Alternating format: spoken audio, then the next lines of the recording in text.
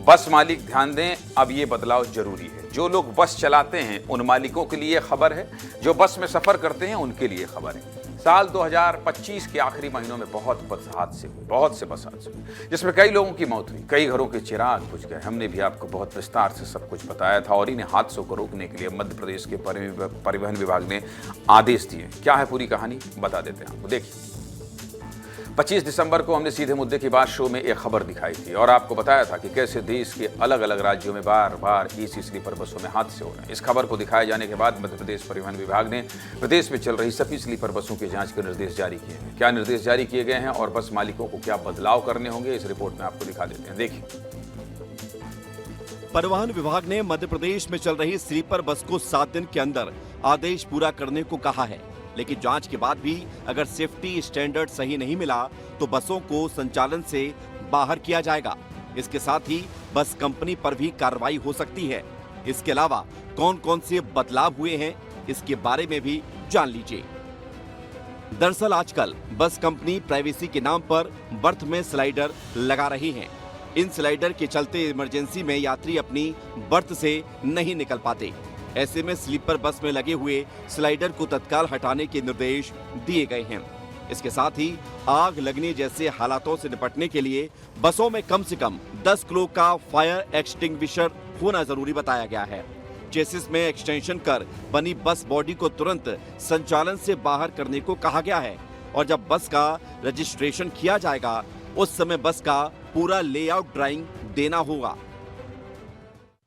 परिवहन विभाग ने कौन कौन से बदलाव किए हैं सब विस्तार से बता दिया गया है। अब हमारे सहयोगी पुनीत विजयवर्गीय की रिपोर्ट देखिए।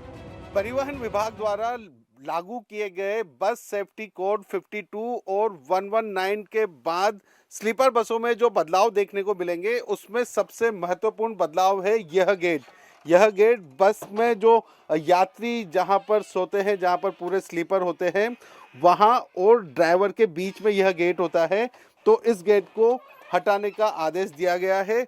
इसके अलावा जो स्लीपर्स होते हैं, स्लीपर्स में पर्दे आपको नजर आ रहे हैं, लेकिन कई सारे बस ऑपरेटर यहाँ पर स्लाइडर लगा के रखते थे, यानी कि ये पूरा गेट प्लाई से या कांच के माध्यम से बंद कर दिया जाता था, तो उसे भी हटाने के आदेश दिए गए हैं। इसके अलावा लागू किया गया है FASS यानी कि fire alarming and security system. उसके तहत इंजन में यह सिस्टम लगाया जाएगा। यदि इंजन में धुआं उठता है या आग लगने की स्थिति निर्मित होती है तो FASS काम करेगा। इंजन में सिस्टम लगेगा और उसका एक बटन दिया जाएगा, यहाँ पर उसका बटन होगा। इसके अलावा उसका अलार्म होगा।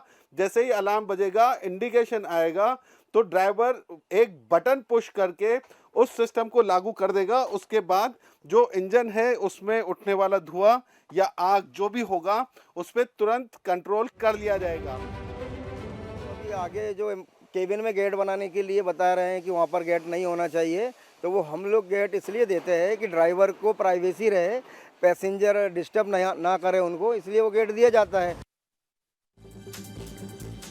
आपका मसला है, बस में सवारी आप करते हैं, इसलिए पूरी खबर विस्तार से बता दी।